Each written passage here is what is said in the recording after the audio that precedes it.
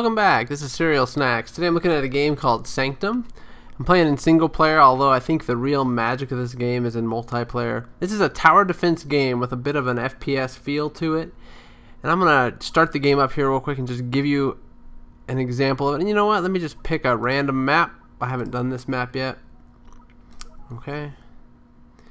Now, what it is if you've played tower defense games like, oh gosh, let me give you a real basic example. Plants versus zombies. You can put down plants, and then they attack the enemies that come running through. It's similar to that, except it also has FPS feel to it. So let me start off here. You can actually outfit your character with certain weapons. I'm going to go with the basic stuff. I got an assault gun, a sniper rifle, and a shotgun. You can, of course, change that. We've got towers. You can make a block tower, a televator, a Gatling tower, a killing floor, which kills them when they run over it, and a mortar, which, of course, just like it sounds, shoots off mortar shells. All of them have their advantages and disadvantages. So I'm just going to go with this. Oops, I guess I can add some more stuff here. So I can add, let's just do a couple, let's do a lightning tower, anti-air tower, and let's just do a violator because it just sounds crazy. Alright, so we equip it and we start. Now, you'll see there's a grid laid out with blue squares all over it. And that is where you can put your turrets.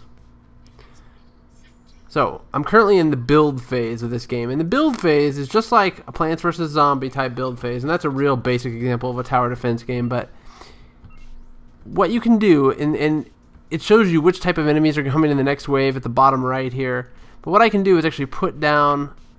Now let me look at my map here. I can actually... Where am I located? I'm in this little blue arrow up here. And their enemies are going to be coming in from the left side over here. So I'm going to go over here and I'm going to place down some turrets just to give you an idea of how the gameplay works early on. So each type of tower costs a certain amount of money. And you can see them on the left here as I'm running.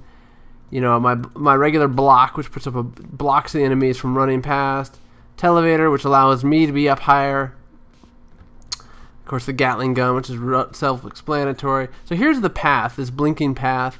And you want to disrupt their travel as much as you possibly can. So it's good to put down some blocks. So I'll put down a block right here. And that's going to force them to run around me, which is nice. And then you can even disrupt them a little bit more by blocking them. See, give them a little bit more of a longer path to get where you want them to go. So one thing I can do too is block them here. So it's kind of hard to see unless you're looking at the above view. What I'm going to do actually is come up here and let's see. I think there's a block up there. I'm going to put a televator up there. That'll allow me to go up there. Now if you look, okay, so now I'm on top of the televator. And now, so the enemies will be coming out of this tunnel right down my direction. So what I can do is start putting down things to destroy these guys. So I can put a Gatling gun on top of this or inside this block. I'll probably put a Gatling gun inside this block. Put some killing floors down. They're great. They kill them as they run through them.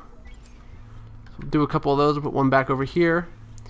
Now we got a Gatling gun here as well. Let's just put a to really mix things up. Let's put a mortar shell back over here. Now I don't have any air units coming at me, so I'm not going to do any anti-air. And I'm all out of money, so I've got to start it. But you can see I've got my two killing floors, some Gatling guns, and a mortar shell back here, which will hopefully help. Now if you look at the bottom right here, you can see the next wave that's coming is a charger, which accelerates to incredible speeds on long straight paths. They have to slow down when they turn, so I've got that covered.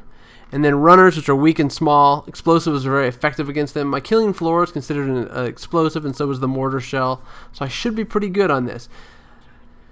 Besides the fact that I can, in fact, use my own weapons. You can see I've got an assault rifle, a sniper rifle, and a shotgun. So I'm going to stick with the assault rifle for now when they come running. But let's start her up, and I can show you what this is all about. So here they come. And you can see these are the fast-moving ones coming down here. I probably should have my shotgun, but let's see if what the killing floor does to them. Yeah, see, and there's one of the big ones. Took care of him. Took care of that one. So my Gatling guns and my killing floor are doing great against this wave. Most of them are getting annihilated right as they enter. You can see the mortar shells flying up too. And so the FPS that I was talking about factor is that I can, you know, run around and do whatever I want while these things are getting destroyed. Much like I said, Plants vs. Zombies. Except that's probably a real simplistic example of tower defense because I'm actually able to manipulate the action. Pretty unique idea that the creators of Sanctum had, that you're able to not only build towers but to also interact from a first-person perspective. So now that I've beat that first wave, you can see down here in the bottom right, it shows me what the new wave is going to be. Same thing, the runners are going to be coming, but it also looks like a blocker is coming. So these guys, that it says when blockers are shot, they curl up into tough little balls for a while. Make sure to keep them in check, otherwise they might rush through the maze. So what I can then do is build buildings to help me out with that type of enemy. So I don't know what that noise is.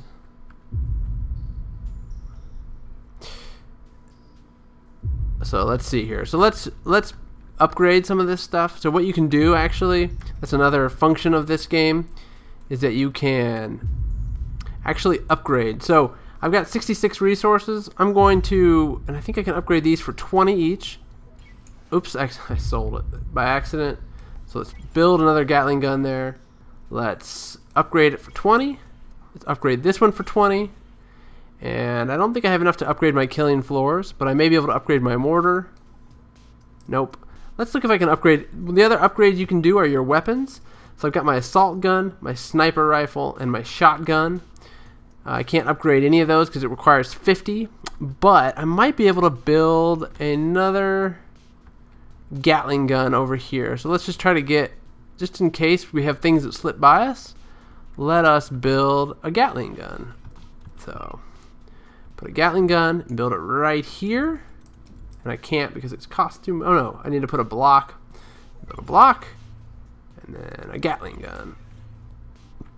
So I've got enough money to actually build one more Gatling gun. So I'm going to put a block here. And another Gatling gun. So hopefully that'll be enough to stop them. Jump back on my televator. Oh, nope. Get back up on the televator. Here I am. And I'm ready to go. So let's just do this next wave and I'll wrap up this video. I just wanted to give you a brief overview of Sanctum. Kind of see what it's all about. It's a lot of fun. Pretty cheap on Steam. The multiplayer part is really where this thing really excels because you can have your counterparts in different parts of the map. You're working together. I may have to use my shotgun on these guys because there's so many of them. My killing floor is doing its work. Took care of those guys. So these guys that curl up in balls really aren't as tough as I thought they would be. Now there's one that seems to be making it through. No, he didn't make it. You can see I did really well on that wave. So boom, wave 2 of 25 completed. So this game can go on for a long time. It's a lot of fun though, and let's show you one last thing here.